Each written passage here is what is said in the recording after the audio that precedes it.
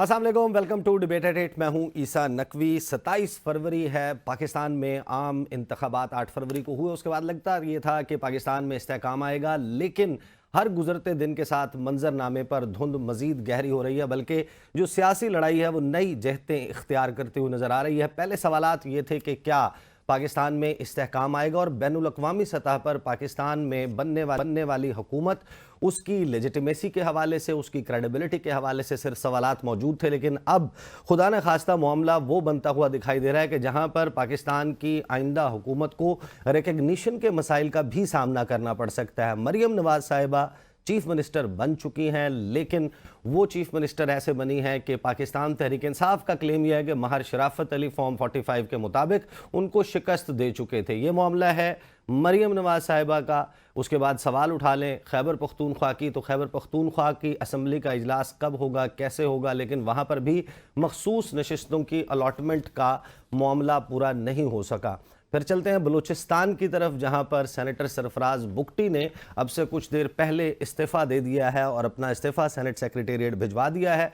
शुनीद ये है, कहा यह जा रहा है कि ही इज़ कंटेंडर, वो उम्मीदवार हैं, वो चाहते हैं कि वो इलेक्शन लड़ें। बलूचिस्तान के वज़ीर आला के तौर पर निगरान काबीना में मौजूद थे सेनेटर सरफराज बुगटी साहब, और पाकिस्तान का आइन बड़ा क्लियरली कहता है आर्टिकल 224(1)B के केयर टेकर काबीना में जो भी शख्स शामिल रहा हो, चीफ मिनिस्टर हो, निगरान वज़ीर आज़म हो, वो ख़ुद या उसके इमीडिएट फैमिली मेम्बर्स किसी भी सूरत में आने वाले इंतखाबात में हिस्सा नहीं ले सकते। उन्होंने अपनी नशिस्त से इस्तीफ़ा दिया, ना सिर्फ इंतखाब लड़ा, लेकिन अब वो दौड़ में शामिल हो गए हैं वज़ीर आला की। तो ये सूरत हाल है जो बलूचिस्तान की है। जब सिंध की बात करें तो सिंध में भी पाकिस्तान पीपल्स पार्टी, उसको मैंडेट कैसे मिला, उसके हवाले से उनकी मरकज़ में इत्तेहादी जमात MQM वो सवालात उठा रही है। वो भी कह रही है कि मैंडेट चोरी हुआ है, चोरी का मैंडेट है। पाकिस्तान तहरीक इंसाफ फॉर्म 45 लेकर फिर रही है। और फिर आ जाते हैं मरकज़ में, जहाँ पर एक अक़लियती जमात या अक़लियती हुकूमत जिसको कहा जा रहा है कि जोड़ तोड़ किया गया और नंबर्स तो पूरे कर लिए गए, लेकिन शहबाज शरीफ साहब जो हैं वो वज़ीर आज़म बनने जा रहे हैं एक ऐसी असम्बली में जिसका इजलास बुलाने के लिए जो आइनी सरबराह मुमलिकत है, यानी कि सदर पाकिस्तान, वो उन्होंने समरी मुस्तरद कर दी है, वो इजलास नहीं बुलाने जा रहे हैं। और उनका कहना यह है कि जिस वक्त तक इलेक्शन कमीशन ऑफ पाकिस्तान मखसूस नशिस्तें अनाउंस नहीं करता, अलॉट नहीं कर दी जाती, तो उस वक्त तक वो इजलास समझते हैं कि नहीं बुलाना चाहिए। अब हुकूमत जो है वो इस सारे मामले पर, बनने वाली हुकूमत, उसकी क्रेडिबिलिटी के ऊपर क्वेश्चंस मौजूद होंगे। लेकिन 3 अहम और बड़े मामलात हैं आज। नंबर 1 ये कि मुख्तलिफ जमातों की तरफ से अब सवाल ये उठाया जा रहा है कि सदर मुमलिकत आइन के ऊपर अमल दरामद नहीं कर रहे, लिहाजा उनके खिलाफ आइन शिकनी के तहत मुकदमा होना चाहिए, उनके खिलाफ ट्रायल होना चाहिए। तो सवाल ये है कि क्या ये ट्रायल सिर्फ सदर मुमलिकत के खिलाफ होना चाहिए, या फिर आइन शिकनी कब कब किस किस ने की, उन सब के खिलाफ भी कम अज़ कम करंट एपिसोड में उनके खिलाफ होना चाहिए। बिलावल भुट्टो ज़रदारी ने आज जो मीडिया टॉक की उसमें उन्होंने सदर मुमलिकत के हवाले से क्या कहा, ज़रा सुनिए। शुरू तो वहाँ के जहाँ उस रात अलवी साहब ने आइन तोड़ा और हमारे अदम एतमाद के बावजूद असेंबली को डिसॉल्व किया, और अब जबकि कॉन्स्टिट्यूशन में क्लियरली लिखा हुआ है कि हर हाल में आपने 29 फरवरी तक असेंबली को समन करना है, और आरिफ अलवी साहब आइन को तोड़ते हुए ये अपना फ़र्ज नहीं निभा रहा है। कान ये है कि ना सिर्फ वो अदम एतमाद के वक्त आइन तोड़ने वाला मुकदमा होगा, मगर साथ साथ ये असेंबली आइनी जो उसका फ़र्ज है उस पर ना अमल करते हुए असेंबली को नहीं बुलाया, तो वो भी एक और मुकदमा होगा। सुन्नी इत्तेहाद काउंसिल, उन्होंने मेरा वोट मांगा ही नहीं। अब वो कैसे एतराज़ कर रहे हैं कि किसी और का हुकूमत बन रहा है? इन्होंने खुद ये फैसला किया कि हमसे बात नहीं करें, तो फिर हमारे पास यही कि जो बात कर रहे हैं उनको हम मौका दें। अब चाहे बिलावल भुट्टो ज़रदारी हो या आने वाली हुकूमत में शामिल मुख्तलिफ जमातें, वो सदर मुमलिकत के ख़िलाफ़ आइन के आर्टिकल 6 के तहत मुकदमा चलाने का इंदिया भी दे रही हैं, मुतालबा भी करती हुई नज़र आ रही हैं। लेकिन क्या सदर मुमलिकत के ख़िलाफ़ आइन के गद्दारी या आइन से इनहराफ का मुकदमा इस बुनियाद पर भी चलना चाहिए कि आर्टिकल 48(5) के तहत उन्होंने इलेक्शंस की डेट अनाउंस नहीं की 90 दिन के अंदर अंदर, वो क्योंकि सूट करता था गालिबन इन जमातों को, तो लिहाजा उसके हवाले से कोई मुतालबा सामने नहीं आया था। फिर सवाल ये भी है कि पंजाब और खैबर पख्तूनख्वा में हुकूमतें कितना अरसा कायम रही, निगरान हुकूमतें जो आइन के तहत 90 दिन में इंतखाबात होने थे वो कैसे लगभग 1 साल का अरसा बन गया, बल्कि 1 साल से ज़ायद अरसा हो गया। निगरान हुकूमतें मौजूद हैं, उनकी आइनी हैसियत के ऊपर सवाल मौजूद है। उन लोगों ने जिन्होंने पंजाब में और खैबर पख्तूनख्वा में वक्त पर इंतखाबात नहीं होने दिए, आइन से खिलाफ वर्जी की, क्या उनके खिलाफ कोई मुकदमा नहीं होना चाहिए? फिर आ जाते हैं मखसूस नशिस्तों की तरफ। इसहाक डार साहब और आज़म नज़ीर तारड़ साहब, उन्होंने आज इस तमाम मामले के ऊपर जो गुफ्तगू की वो ज़रा सुनिए। मैं समझता हूं कि ये आइन वो खेल खेला जा रहा है, कोई अच्छा ट्रेडिशन हम नहीं कायम कर रहे। ऑटोमेटिकली 29 को इजलास होना है, तो उन्होंने कहा जी अभी असेंबली कंप्लीट नहीं है, इसका इजलास अभी हो नहीं सकता, हम इकट्ठे मिलके स्पीकर को इलेक्ट करेंगे, हम इकट्ठे मिलके डिप्टी स्पीकर को इलेक्ट करेंगे। ये बड़ी क्लियर है कि इंटरप्रिटेशन जो भी हो, लेकिन 21वें दिन इजलास होना है। जो मखसूस नशिस्तें हैं आइन के आर्टिकल 51, आर्टिकल 106(3) और आर्टिकल 224 है के प्रोवाइजो के तहत और इलेक्शन एक्ट के सेक्शन 104 और रूल 92 के तहत सिर्फ उन सियासी जमातों को मिलेगी जिन सियासी जमातों की नंबर 1 पार्लियामेंट्री प्रेजेंस है, यानी वो जीत के इलेक्शन असम्बलियों में आए हैं। सियासी जमात जिसने इंतखाबात में हिस्सा नहीं लिया और अगर लिया तो अवाम ने उसे रिजेक्ट कर दिया और उसे एक सीट भी नहीं दी सुन्नी इत्तेहाद पाकिस्तान को, अब वो कहते हैं कि हमें कुछ आज़ाद लोगों ने ज्वाइन कर लिया है, लिहाजा हमें भी मखसूस नशिस्तें दी जाए। ये ना आइन में इसका कहीं गुंजाइश है और ना ही जो इलेक्शन एक्ट और उसके रूल्स हैं उसमें गुंजाइश है। अगर ये मामला इतना ही सादा होता जिस तरीके से आज़म नज़ीर तारड़ साहब फरमा रहे हैं, तो फिर इलेक्शन कमीशन ऑफ पाकिस्तान अब तक इसके ऊपर फैसला सुना चुका होता। माजी में मिसाल हमारे पास मौजूद है, बाप पार्टी को मखसूस नशिस्त किस तरीके से अलॉट की गई थी और अब आइन और कानून के मुताबिक इस मामले को किस तरीके से सुलझाया जाएगा या अल्टीमेटली कोड ऑफ लॉ में ये लैंड करेगा। And last but not the least, PDM के रूह रवा मौलाना फजलुर रहमान साहब जो आजकल खाइफ नज़र आते हैं, उन्होंने भी पूरे इलेक्शन प्रोसेस के ऊपर जो सवालात उठाए हैं वो सवालात भी बहुत अहम है। उन्होंने क्या कहा, सुनिए। इलेक्शन कैंपेन में ही पब्लिक को पता चल जाता है कि इस हलके में किन किन का आपस में मुकाबला है, कौन जीत रहा है कौन हार रहा है, फौरन लोगों को पता चल जाता है। और यहाँ पर नतायज जो है ऐसे लोगों के हक में आए हैं जो इलेक्शन में नजर ही नहीं आ रहे थे, घरों में सोए हुए, इलेक्शन से दस्तबरदार शुदा लोग वो कामयाब हो गए। आप खुद जरा अंदाजा लगाएं ये क्या इलेक्शन थे। तो इस तरीके से नहीं होगा इंशाल्लाह। ये जो आप समझते हैं कि ये तो इन हो गए और हम बाहर रह गए हैं, ये इन होकर भी रोएंगे। मुल्क नहीं चलेगा इनसे, ये सिस्टम चलने वाला नहीं है, ये कोलैप्स कर जाएगा। इन तमाम मामलात पर गुफ्तगू के लिए मुझे स्टूडियोज़ में ज्वाइन कर रहे हैं माहिर कानून जनाब हाफिज़ एहसान खर साहब और स्काइप के ज़रिए हमें ज्वाइन कर रहे हैं जनाब अज़हर सदीक़ साहब, पाकिस्तान तहरीक इंसाफ से ताल्लुक़ है। इन तमाम सवालात पर जो है वो बात होगी और कुछ ही देर में स्टूडियोज़ में हमें ज्वाइन करेंगे इंतज़ार हैदरी साहब, सीनियर सहाफ़ी हैं, पार्लिमानी जो प्रोसीडिंग्स हैं उनकी कवरेज करने वाले सीनियर सहाफ़ियों में शुमार होता है, तो उनसे भी पूछेंगे कि माजी में किस तरीके से मखसूस नशिस्तें जो हैं वो अलॉट की जाती रहीं और क्या अब किसके मौक़िफ़ में वज़न है, असम्बली को पूरा करने के लिए क्या क्या ज़रूरत होगी। आगाज़ जो है वो गुफ्तगू का कर लेते हैं और अज़हर सदीक़ साहब फरमाइए। सवाल हो रहे हैं कि सदर मुमलिकत के ख़िलाफ़ आइन तोड़ने के ऊपर मुकदमा होना चाहिए, तो क्या मुकदमा होना चाहिए सदर पे? बहुत शुक्रिया। मैं ज़रा मुस्कुरा इसलिए रहा हूँ कि कौन बता रहा है हमें, इलेक्शन कमीशन बता रहा है या नून लीग बता रहा है? ये हमें बता रहा है आइन तोड़ना। मेरा ख्याल है शायद यादाश्त कमजोर है। आइन तोड़ने का सिर्फ आर्टिकल 6 ही में है और वो सबवर्ट है, एब्रोगेशन है और वो लिखा हुआ है आइन तोड़ने में क्या सजा होनी है। आइन टूटने का अगर हिसाब मांगना है वो तो मांगा जाएगा 90 दिन के अंदर। इलेक्शन नहीं हुए, पंजाब में नहीं हुए, खैबर पख्तूनख्वा में नहीं हुए और नेशनल असेंबली के भी 90 दिन के अंदर इलेक्शन नहीं हुए। और किसने कहा था कि जनाब आर्टिकल 51 को सामने रखते हुए आप मर्दमशुमारी पहले कर दें और इलेक्शन, यहाँ इलेक्शन कमीशन खामोश रहा। मैं हैरान हो रहा था कि अगर एक चीज जरा साथ ही मैं दोहराना चाहूंगा कि नेशनल असेंबली जो है ना वो 342 सीट्स मेंबर हैं, जिसमें including seat reserve for women and non Muslims. बड़ी क्लैरिटी के साथ बता दिया है कि सीटें कैसे आनी है और सीटें रिजर्व कैसे होनी है। सीटों वाले मामले पर बाद में आते हैं। आप हमें ये बताएं कि सदर के खिलाफ ये जो कह रहे हैं कि कार्रवाई होनी चाहिए, तो क्या सिर्फ सदर के खिलाफ होनी चाहिए या किसी और के खिलाफ भी होनी चाहिए? पहले तो बड़ी वाज़ेह तौर पर गवर्नर पंजाब और गवर्नर केपी के साथ, गवर्नर तो हमारा जो सदर है ना उसका तो लगाना, इम्पीच करना 47 के तहत दिया हुआ। सदर के खिलाफ अगर कोई कार्रवाई करनी भी है ना तो आर्टिकल 47 में दिया हुआ इम्पीचमेंट करनी है, 2/3 अक्सरियत, बड़ा एक लेंथी प्रोसीजर है। अगर कार्रवाई होनी है तो गवर्नर के खिलाफ होनी है, खैबर पख्तूनख्वा की, और उसके बाद पंजाब के। फिर आपको याद होगा कि वो अगर वक्त से पहले तहलील कर दें तो वो नाजायज है। आपको पता है कि नेशनल असेंबली 3 दिन पहले तहलील की गई, क्यों की गई? आज तक तो किसी सवाल नहीं किया।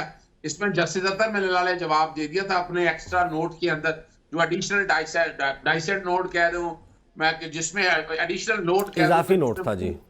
इजाफी नोट में ना बड़ी डिटेल में ये सारी चीजें लिख रही हैं। और आर्टिकल 41 जिसकी इंटरप्रिटेशन आपको पता है करते फिर रहे हैं कि जनाब इतने दिनों के भाई आइन में लिखा हुआ है और यहाँ गया है 254 किस लिए है। और पहली बार एक बात बता दूं, आर्टिकल 41 अगर कंप्लाई नहीं होता, मैं मान लूं कि जनाब ये ऐसा है, तो आर्टिकल 41 अगर कंप्लाई नहीं होता तो उसका कॉन्सिक्वेंस तो दिया ही कोई नहीं है। ये कहां से आ गया कि आप सदर खिलाफ? मैं तो हैरान हूं। वो ये देख रहा था, बिलावल साहब कह रहे थे पर्चे होंगे, पता नहीं कौन से कानून के तहत पर्चे होंगे।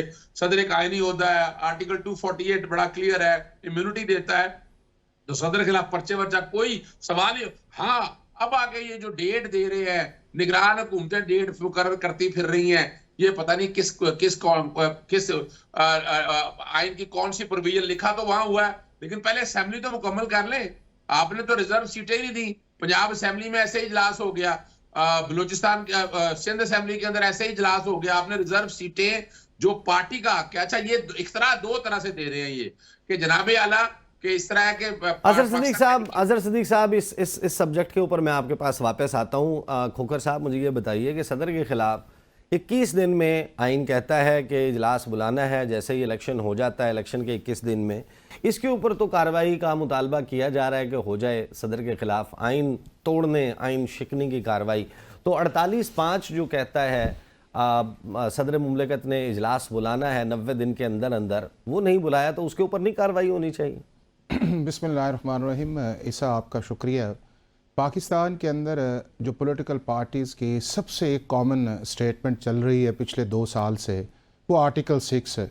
कभी एक पार्टी कहती है कि आर्टिकल 6 इन पे लगना चाहिए, दूसरी पार्टी कहती है कि आर्टिकल 6 इन पे लगना चाहिए। और आर्टिकल 6 जो है या आर्टिकल 5 जो है, इसका एक ख़ास कॉन्स्टिट्यूशनल लैंग्वेज भी है, उसका एक ख़ास ऑब्जेक्टिव भी है और उसका एक ख़ास वे फॉरवर्ड भी है। वो किसी की स्टेटमेंट से नहीं लगेगा, अब उसका एक प्रोसेस है। और वो प्रोसेस ये है कि अगर फेडरल गवर्नमेंट जो है वो समझती है कि किसी कॉन्स्टिट्यूशनल वायलेशंस आई है, और वो भी फेडरल गवर्नमेंट सिर्फ प्राइम मिनिस्टर नहीं है, वो फेडरल गवर्नमेंट मीन्स है प्राइम मिनिस्टर और कैबिनेट, उसके बाद वो एक रेफरेंस बनता है और रेफरेंस के बाद कोर्ट में जाता है और कोर्ट के बाद एक प्रोसेस उसके अंदर आता है। तो लिहाजा अभी इन सारी चीज़ों को सिर्फ पॉलिटिकल स्टेटमेंट की हद तक देखा जाए या पॉइंट स्कोरिंग की हद तक देखा जाए तो वो एक चीज़ है। लेकिन इसका तरीका दूसरा नहीं, दूसरा मैं आपको अगर होना करना है तो क्या नहीं, मैं दूसरा उस चीज नहीं, देखिए दूसरा ये है कि हम हर केस के अंदर जो है वो सुप्रीम कोर्ट ऑफ पाकिस्तान की दोनों साइड्स जो हैं, जो जजमेंट अगर किसी को मेजॉरिटी सूट करती है तो वो मेजॉरिटी पर रिलाई करती है, अगर किसी को डाइसेंटिंग या उसके बाद एडिशनल नोट सूट करता है वो उसको रिलाई करता है। पाकिस्तान के पिछले 1.25 साल के अंदर हमारी सुप्रीम कोर्ट या कॉन्स्टिट्यूशन ने भी इस इंटरप्रिटेशन के ऊपर हाथ खड़े कर दिए हैं कि हम हर दफ़ा एक नई चीज़ लेके जाते हैं जो कॉन्स्टिट्यूशन के अंदर तो लिखी हुई है, कॉन्स्टिट्यूशन उसका वे फॉरवर्ड भी बताता है, लेकिन चूंकि हम अपनी विम्स के मुताबिक चलते हैं और हम चाहते हैं कि पॉलिटिकली लेट डाउन करें, तो उसके अंदर जो फिर आपका कॉन्स्टिट्यूशनल स्टेलमेट आता है, वो चाहे आपका अप्रैल 2022 की वोट ऑफ नो कॉन्फिडेंस देख लें, उसके बाद पंजाब के अंदर चीफ मिनिस्टर की सस्पेंशन आप देख लें, गवर्नर्स की आप अपॉइंटमेंट देख लें, इलेक्शन डेट आप देख लें, और अब आर्टिकल 91 के अंदर, अब आर्टिकल 91 एक सिंपल सा एक आर्टिकल है और वो ये कहता है कि जिस दिन इस मुल्क के अंदर जनरल इलेक्शन होंगे 21 दिन के अंदर अंदर जो है वो प्रेसिडेंट के पास इख्तियार है कि वो इजलास बुलाए। और उससे पहले हमारा इलेक्शन एक्ट है जिसका सेक्शन 98 ये कहता है कि 14 दिन के अंदर अंदर जो है वो इलेक्शन कमीशन ऑफ पाकिस्तान जो है वो गैजेट नोटिफाई करेगा और उसके बाद जो 7 दिन का वो टाइम है उसके अंदर प्रेसिडेंट ऑफ पाकिस्तान किसी वक्त इजलास बुला सकता है। अब प्रेसिडेंट ऑफ पाकिस्तान की ये कोई कंपल्शन नहीं है कि वो ये कहे कि जी मैं इजलास बुलाऊंगा ही नहीं, चूंकि मैं इसके समझता हूँ कि आर्टिकल 51 है एक चीज़। दूसरा उसके अंदर चीज़ ये है कि जब आपके पास एक इख्तियार ही उस हद तक ये है कि आप ना बुलाएं, अगर नहीं बुलाएंगे इजलास तो होना ही है। और 91 के नीचे प्रेसिडेंट ऑफ पाकिस्तान को किसी समरी की भी ज़रूरत नहीं है। इस पर कई जजमेंट्स भी उसके अंदर हैं कि प्रेसिडेंट के 3 तरह के ईसा फंक्शंस हैं। एक फंक्शन ये है कि दूसरे ही has to act on the advice of the prime minister, और हमारी सुप्रीम कोर्ट और हाई कोर्ट्स की जजमेंट है कि जितने भी कॉन्स्टिट्यूशनल असाइनमेंट्स कॉन्स्टिट्यूशन के अंदर हैं स्टैट्यूटरी असाइनमेंट से निकाल के प्रेसिडेंट हैज़ टू एक्ट। और उसके पास एक ऑप्शन ये है कि 15 दिन का या वो डेफर कर सकता है, रिकंसिडरेशन के लिए भेज सकता है, या हमारी लेजिस्लेशन आर्टिकल 75 के अंदर कर सकता है। लेकिन 92 के अंदर उसके पास ऑप्शन नहीं है। अब अगर उसके पास समरी आई थी तो उसका ये था जो मिनिस्ट्री ऑफ पार्लियामेंट्री अफेयर्स के पास आई, जो एक प्रैक्टिस चलती आ रही है, जब भी इलेक्शन होता है एक समरी आती है, प्रेसिडेंट उसको निकालते हैं। लेकिन इस प्रेसिडेंट ने क्या किया है कि उन्होंने कहा जी मैं नहीं मानता इस चीज़ को, आप अपना हाउस का अब इजलास तो उस चीज़ के अंदर होना है और वो असेंबली सेक्रेटेरिएट करवा लेगा, चूंकि कॉन्स्टिट्यूशन के अंदर नेशनल असेंबली का इजलास बुलाने का जिक्र है, प्रोविंशियल असेंबली का जिक्र नहीं है, कि जिसकी वजह से आपका एक वैक्यूम आता कि जी क्योंकि अगर वहाँ इजलास ही नहीं है तो फिर इजलास बुलाने की ज़रूरत क्या है, वो होगा। अब अगली चीज़ जो है कि जब वो नई चीज़ें आएंगी हो सकता है कि ये मामला भी हमारा हाई कोर्ट सुप्रीम कोर्ट के अंदर जाए रिजर्व सीट्स का। इलेक्शन कमीशन को ये चाहिए था कि आर्टिकल 51 के नीचे जो रिजर्व सीट्स का मामला था उसको जल्दी रिजॉल्व करता, उन्हें देता ना देता, जो कॉन्स्टिट्यूशन आता हाई कोर्ट सुप्रीम कोर्ट के अंदर जाते। विद होल्ड करना किसी भी कॉन्स्टिट्यूशनल मैटर को मैं ये समझता हूं कि आपकी पॉलिटिकल जो कंट्रोवर्सी उसे ट्रिगर करता है और वही हमारे आए। दूसरा, प्रेसिडेंट का ये काम है कि इन सीट्स की वजह से ना आपकी गवर्नमेंट मेक हो रही है ना ब्रेक हो रही है। वो जिस तरह पंजाब के स्पीकर ने लिया, एक ऑनरेबली काम करते और उसके बाद जो लॉ एक्शन करता, कल उसके अंदर इलेक्शन कमीशन ने रखा, वो एक फैसला करते, वो आगे चीजें चली जाती। हमें इस पॉलिटिकल स्मूथ ट्रांजिशन के अंदर जाना चाहिए। एजिटेशन अपनी जगह, ट्रिब्यूनल्स में लड़ना चाहिए, कोर्ट्स में लड़ना चाहिए, अदालत के अंदर लड़ना चाहिए, लेकिन सिस्टम को ईसा उस हद तक नहीं लेके जाना चाहिए कि जो पौने 2 साल से इस मुल्क के अंदर हो रहा है, ये ना इस मुल्क के पॉलिटिकल स्टेबिलिटी के लिए, इकोनॉमिक स्टेबिलिटी के लिए, लीगल स्टेबिलिटी के लिए और कॉन्स्टिट्यूशनल स्टेबिलिटी के लिए ये बहुत ही बड़ी डेंजरस बात है। लेकिन वो तो अब ऐसा होता नजर आ रहा है कि हर वो चीज़ हो रही है कि जिससे अब 8 फरवरी के बाद भी सिस्टम स्टेबिलिटी की तरफ नहीं जा रहा। हाफिज साहब वो बड़ी बात की है, अजहर सिद्दीक साहब फरमा रहे हैं, बहुत सारे दीगर लोग ये बात कह रहे हैं कि सदर के खिलाफ कार्रवाई करने से पहले पंजाब और खैबर पख्तूनख्वा के इलेक्शंस जो 90 दिन में नहीं हुए उसमें जिसने रोड़े अटकाए, जिसने 21 अरब रुपए का फंड जो है वो फराहम नहीं किए, उस वक्त की काबीना ने जो कुछ कहा, उस वक्त की फाइनेंस मिनिस्ट्री ने फंड्स जारी नहीं किए, पार्लियामेंट ने जो है। मुझे 1 मिनट देंगे? मैं मुझे ब्रेक पे जाने दें, ब्रेक के बाद वापस आएंगे तो आपसे ये पूछेंगे कि उनके खिलाफ क्या कार्रवाई होनी चाहिए जिन्होंने आइन से इनहराफ किया, और सुप्रीम कोर्ट भी उस हवाले से बड़ी क्लियर है कि ऐसा हुआ। बात करते हैं after the break. Welcome back after the break. हमें ब्रेक के बाद ज्वाइन कर चुके हैं इंतज़ार हैदरी साहब, भी सीनियर सहाफ़ी हैं, पार्लिमानी उमूर को कवर करने का बड़ा लंबा तजुर्बा है।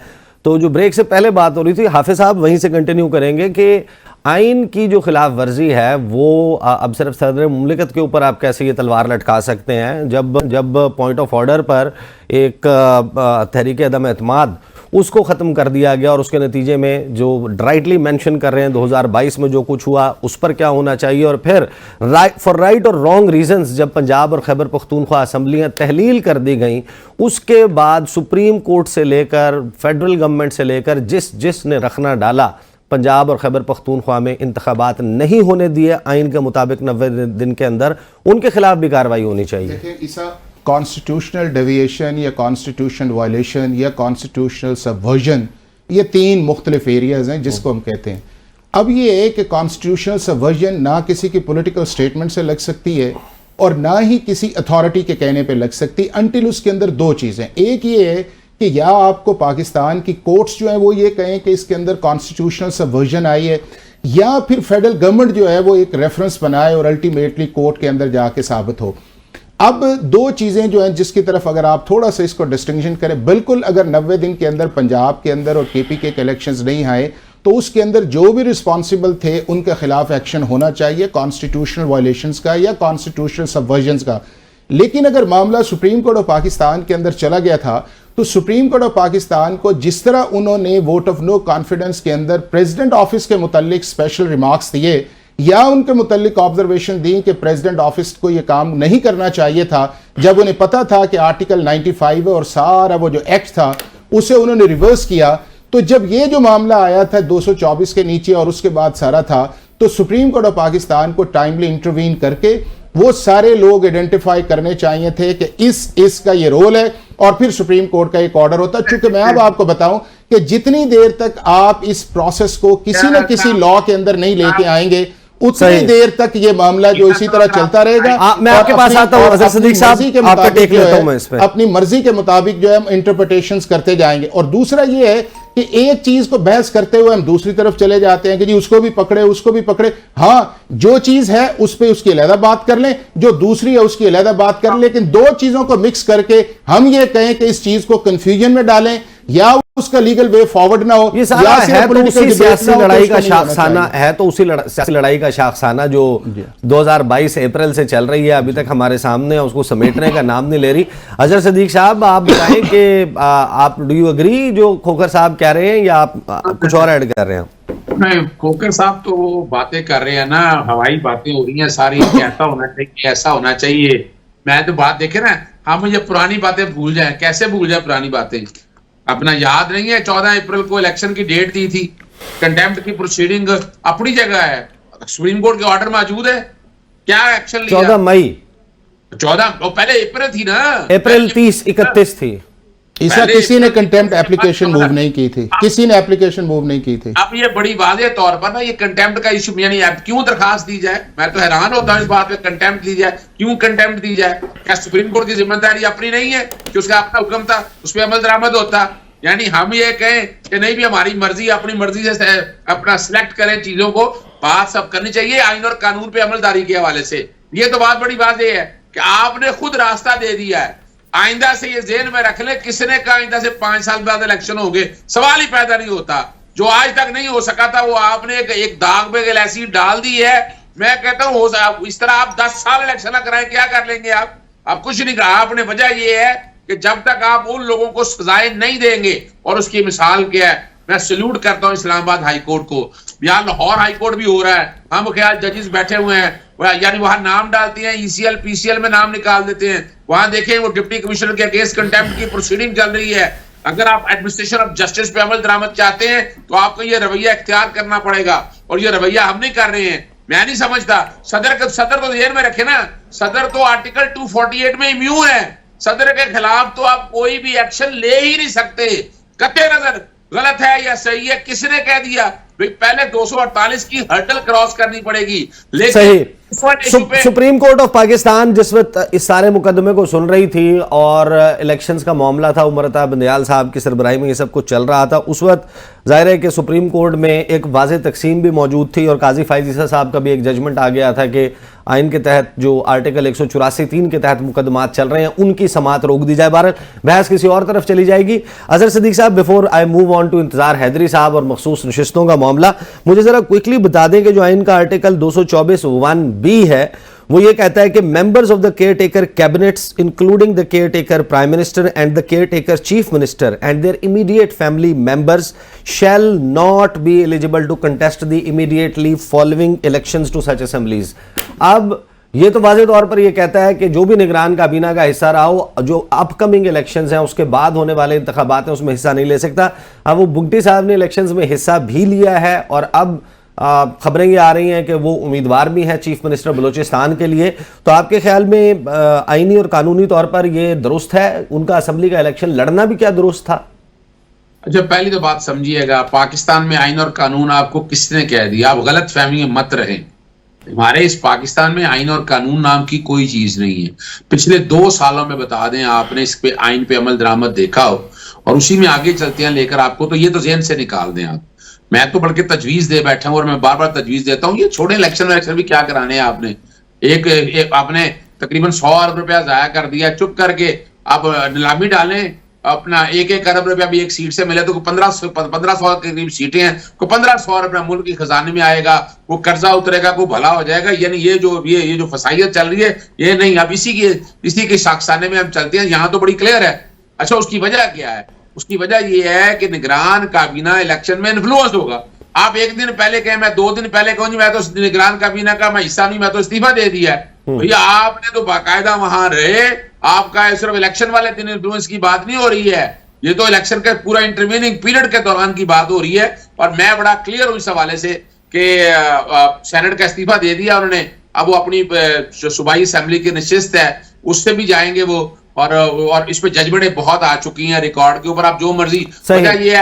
वजह ये है कि वो एक खास अपना, आपको पता है, मकतबा फिक्र से ताल्लुक रखते हैं, एस्टैब्लिशमेंट के बहुत करीब हैं, और उनकी सपोर्ट भी वही लोग करते हैं जो एस्टैब्लिशमेंट के करीब होते हैं। तो हमें जरा इनके छोड़ के अजहर सिद्दीक साहब, मैं मजीद बहुत सारे मामला डिस्कस कर रहे हैं। हैदरी साहब के पास जाने से पहले अगर आपका कोई कमेंट ले लूं, खोखर साहब, डू यू एग्री ये जो मामला है सरफराज बुगटी साहब का, क्या आइन वाज़े तौर पर नहीं कहता कि निगरान काबीना में जो भी रहा वो इमीडिएटली फॉलोइंग इलेक्शंस, वो जब भी हो, वो जब भी आकर अलहदा हो जाए, लेकिन जब वो एक इतनी इंपॉर्टेंट पोजीशन के ऊपर वज़ीर दाखिला की, निगरान वज़ीर दाखिला की पोजीशन पे सर्व करता रहा, तो वो शख्स इलेक्शन कैसे लड़ सकता है और फिर चीफ मिनिस्टर की दौड़ में कैसे शामिल हो सकता है? ईसा आर्टिकल 224 के अंदर जो ये इंटरिम गवर्नमेंट का है, बड़ी क्लियर वाज़े उस चीज़ के अंदर है कि अगर आप उस प्रोसेस के अंदर आते हैं और आप कैबिनेट का हिस्सा बनते हैं तो आप ना आपकी फैमिली, ना आपके डिपेंडेंट, ना आपके इमीडिएट फैमिली मेंबर्स जो हैं वो इलेक्ट, और ना आप ख़ुद जो हैं, ना सिर्फ उस इलेक्शन के अंदर बल्कि उस असेंबली का जो प्रोसेस के अंदर बाय इलेक्शन है उसके अंदर नहीं आप हिस्सा ले सकते। एक टेक्निकल चीज़ आई जिसको उन्होंने एडवांटेज लेने की कोशिश की है, और अगर ये चीज़ जो थी जब रिटर्निंग ऑफिसर्स के पास पेपर गए थे वहाँ पे ऑब्जेक्शन किया जाता तो एक चीज़ किसी ने ऑब्जेक्शन भी नहीं किया।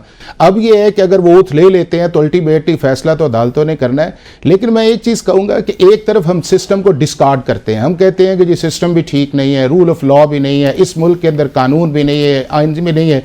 दूसरी तरफ हम कहते हैं कि जी सुप्रीम कोर्ट ने ये होल्ड किया हुआ, ये हमारी पास किताब है, तो हमें इससे निकल जाना चाहिए। दूसरा ये है कि जब हम अपनी ओपिनियन दें तो अपनी ओपिनियन की बात रखें ना, अगले के आप सुन लें, अगले का जो है वो उसका आप सुन लें, आप अपना ख्याल रखें।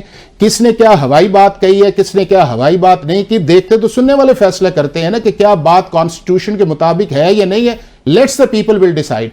दूसरी जो इंपॉर्टेंट चीज़ है इसके अंदर, इसे मैं आपको बताऊं कि इस मुआशरे के अंदर या मुल्क के अंदर हम कितनी को देर डिसअपॉइंटमेंट को लेके जाएंगे। क्या डिसअपॉइंटमेंट हर वक्त ये रखे कि हम पाकिस्तान के अदलिया को, अभी इशारा किया गया कि इस्लामाबाद हाई कोर्ट बड़ा ज़बरदस्त काम कर रही है, सबसे ज़्यादा जो क्रिटिसिज्म आया है वो आपके चीफ जस्टिस और पूरे जजेस इस्लामाबाद हाई कोर्ट पे आया है कि उन्होंने ये फैसला कर दिया, उन्होंने ये फैसला कर दिया। ये प्रेस कॉन्फ्रेंस आई, पाकिस्तान का चीफ जस्टिस जो है वो क्रिटिसाइज हो रहा है, उसको माफी नहीं है, पाकिस्तान की एस्टेब्लिशमेंट उसको माफी। और यार किसी को तो हम किसी वक्त छोड़ देना। कुछ चीजें ऐसी हैं जो लीगल टेक्निकलिटीज हैं, ग्राउंड रियलिटीज हैं, उनको हम लीगल बैटल्स के अंदर चलें। हम इलेक्शन कमीशन को गालियां देते हैं, हम इलेक्शन कमीशन को डिस्कार्ड करते हैं, फिर उन्हीं के पास चले जाते हैं, क्योंकि हमारे पास ऐसा कॉन्स्टिट्यूशन ऑप्शन भी कोई नहीं है कि यहां अगर हमने सिस्टम के अंदर रहना है तो उस सिस्टम को फॉलो करें। अब भी जो फॉर्म 45-47 का इशू है, हाई कोर्ट के सर्विंग जजेस हैं, इलेक्शन ट्रिब्यूनल से, वहां पे जाके फैसला कर लें। रिटर्निंग ऑफिसर 85 से 90% डिस्कार्ड हुआ है, तो इसमें कोई ऐसा नहीं है। खोकर साहब, आई बिलीव हियर कि जो आर्टिकल 224(1) है वो इतना क्लियर है कि इसके लिए जरूरत नहीं है इस बात की कि कोई शख्स इसको पॉइंट आउट करे। लेकिन अगर वो नहीं गया तो, अगर वो चला गया है तो उसको कोई ना कोई तो रोके ना, उसको सुओ मोटो तो हो नहीं सकता। अब वो गया है, उसके रिटर्निंग ऑफिसर को अगला इतराज करता है कि ये नहीं आना चाहिए, अदालत उस पर रिटर्निंग ऑफिसर फैसला करता है, हाई कोर्ट उस सही, ठीक है। एक और बहुत ही अहम मामला, इंतजार हैदरी साहब, मुझे इजाजत है, मुझे ब्रेक पे जाना है, मैं ब्रेक से वापस आऊंगा तो इंतजार हैदरी साहब से पूछेंगे कि ये जो मखसूस नशिस्तों की अलॉटमेंट है जिसको बुनियाद बनाकर सदर मुमलिकत ने असम्बली का इजलास बुलाने की समरी मुस्तरद की है, ये अलॉटमेंट होती किस तरीके से है, माजी में कौन सी मिसालें मौजूद हैं, और अब जिस तरीके से मुमकिन तौर पर यह अलॉटमेंट हो जाएगी, क्या वो पाकिस्तान की आने वाली हुकूमत, उसकी साख, उसकी कानूनी हैसियत के ऊपर सवालिया निशान नहीं रखेगी? बात करते हैं after the break. Welcome back after the break. अब जो मखसूस नशिस्तों का मामला है, इंतज़ार हैदरी साहब ज़रा फरमाएं, हमें बताएं, ये गुत्थी सुलझाएं। सुन्नी इत्तेहाद कौंसिल मांग रही है कि हमें नशिस्तें जो हैं वो फराहम कर दी जाएं, इसके हवाले से आइन और कानून क्या कहता है? बहुत शुक्रिया ईसा नकवी साहब, आपने मदऊ किया। देखें, इलेक्शन रूल्स 2017 जो हैं वो बिल्कुल वाज़े हैं, और खुसूसन बाब 6 जो है वो बहुत वाज़े है, और उसमें ये बिल्कुल वाज़े कर दिया गया है कि जो आज़ाद अरकान आएंगे वो शुमार नहीं होंगे किसी भी किस्म की मखसूस नशिस्तों के फार्मूले के अंदर, जब तक कि वो 3 दिन की उनके पास एक वक्त है कि उसके अंदर वो किसी मखसूस सियासी जमात को तस्लीम करें, उसमें शामिल हों, उसका हिस्सा बने। उसके बाद फिर मखसूस नशिस्तें उस जमात को मिल सकती हैं।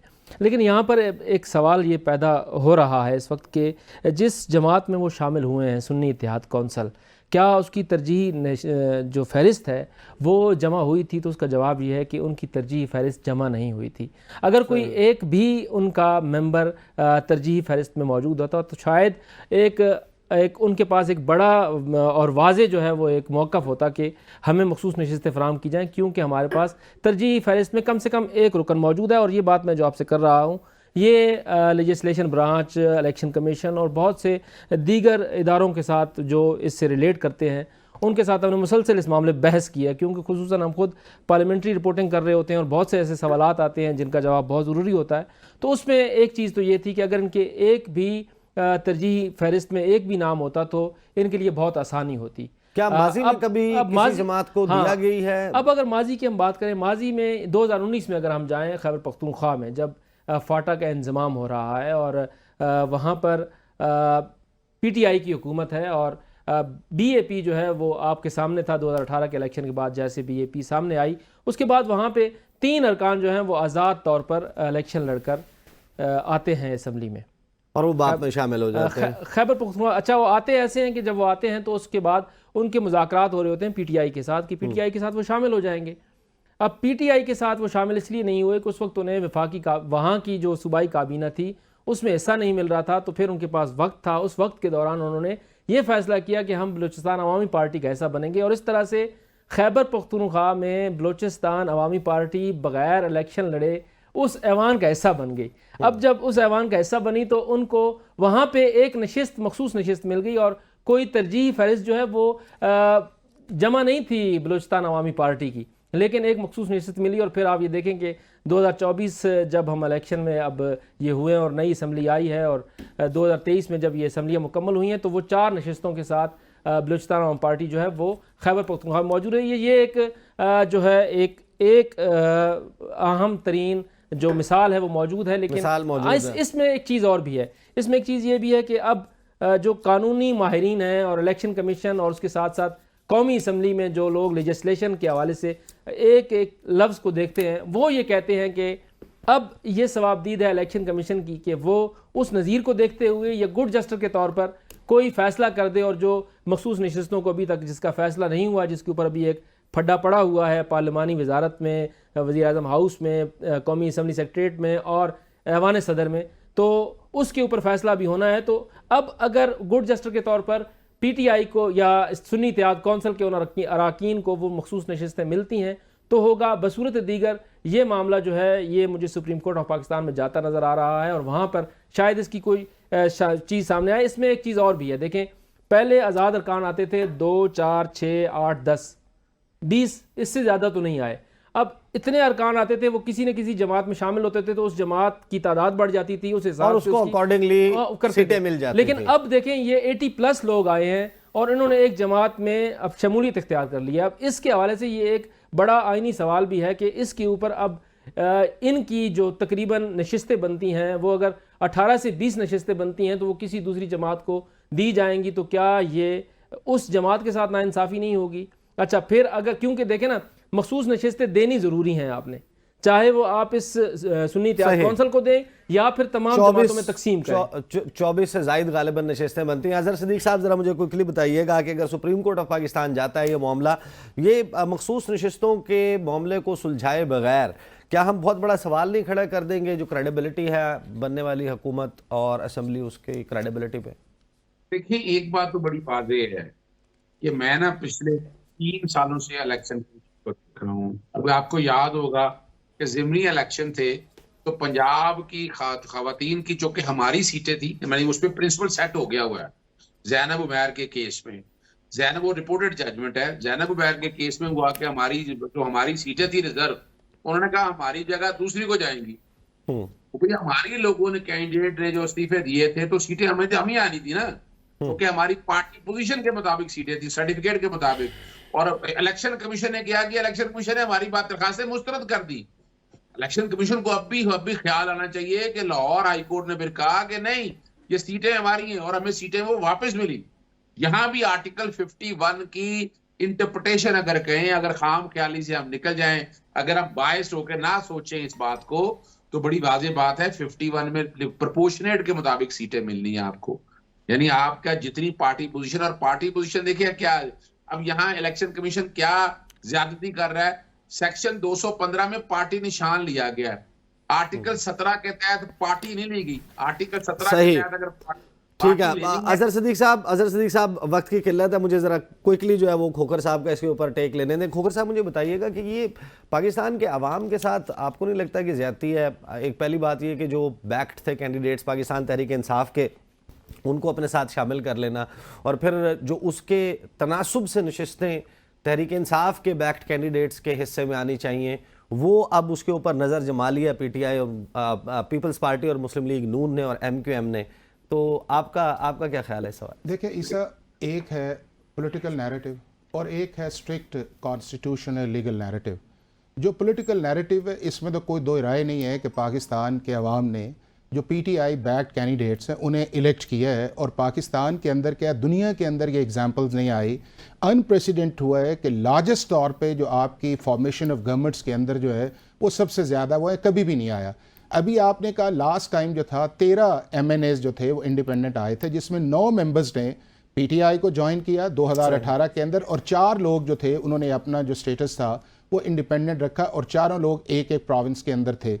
अब उसके अंदर ये है कि लीगली या कॉन्स्टिट्यूशनली ये है कि हर वो शख्स जो इंडिपेंडेंट है वो पॉलिटिकल पार्टी को ज्वाइन कर सकता है। अब कौन सी पॉलिटिकल पार्टी को ज्वाइन कर सकता है? वो उसी को ज्वाइन करेगा जो पॉलिटिकल पार्टीज असेंबली के अंदर मौजूद हैं, चाहे वो नेशनल असेंबली के अंदर मौजूद हैं, चाहे प्रोविंशियल असेंबली के अंदर मौजूद हैं। यहाँ पे एक लीगल स्ट्रैटेजी जो थी वो प्रॉब्लम ये है। आप ये देखें, अगर ये इसी को रेस्ट अश्योर करना हो तो थोड़ा सा सीक्वेंस देखें कि PTI ने पहले पाकिस्तान तहरीक इंसाफ नजरियाती से एक एग्रीमेंट किया, और इस बुनियाद पे किया कि हम इनके निशान पे जाते हैं ताकि हमें रिजर्व सीट्स मिले। वो जब बैकआउट हुआ तो फिर आपके पास मुत्तहिदा वादतुल मुस्लिमीन आई, उनकी भी एक सीट थी, फिर उससे बैकआउट किया गया, और अब तीसरा उस पार्टी के साथ आई कि जिसका अपना प्रेसिडेंट जो है वो इंडिपेंडेंट आया है, अगर उसे वो श्योर होता है या इन्हें उस चीज के अंदर। और दूसरा एक जो वो आपने बात की है KPK वाली, उसके और इसके फैक्ट्स में फर्क है। वो फैक्ट्स ये था कि बलूचिस्तान असेंबली के अंदर उनकी प्रेजेंस भी थी, और जब ये मामला आया था तो खोखर साहब नया शेड्यूल आया, फिर उन्होंने अप्लाई किया। खोखर साहब, मेरे पास वक्त खत्म हो गया है। अजहर सिद्दीक साहब, हाफिज एहसान खोखर साहब और इंतजार हैदरी साहब, बहुत बहुत शुक्रिया। असल फैक्ट जो है वो ये है कि पाकिस्तान में जो सियासी लड़ाई है, अगर ये जारी व सारी रहेगी, बनने वाली कोई भी हुकूमत है वो अदम इस्तेहकाम का शिकार होगी, और ये पाकिस्तान के लिए कोई अच्छी बात नहीं है। हमारी सियासी जमातें अपनी सियासी लड़ाई में ये बात भूल रही हैं कि जिसकी बुनियाद के ऊपर, जिनके वोटों से वो वोट लेकर असम्बलियों में बड़े बड़े ओहदों पर पहुँचते हैं, कुछ उनका ख्याल करें। पॉलिटिकल टेम्परेचर्स को डाउन करने की ज़रूरत है। अब तक के लिए इतना ही, इजाज़त दीजिए। अल्लाह हाफ़िज़।